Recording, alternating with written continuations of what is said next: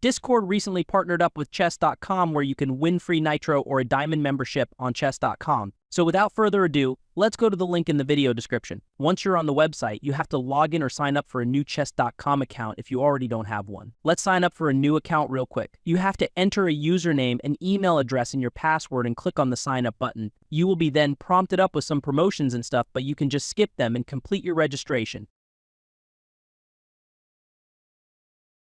Alright, so there are 3 Discord mascots that we can select and play against. You can choose Wumpus, Clyde, or Nelly, but however you should choose Wumpus as it's the easiest to defeat. And then select Assisted from the drop down here. By selecting it, you will be guided throughout the match like where you can move your pieces.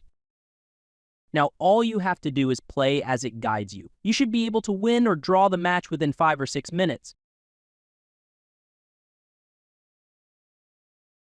Once you win or draw the match, it will show you a message where you can claim your free Discord Nitro.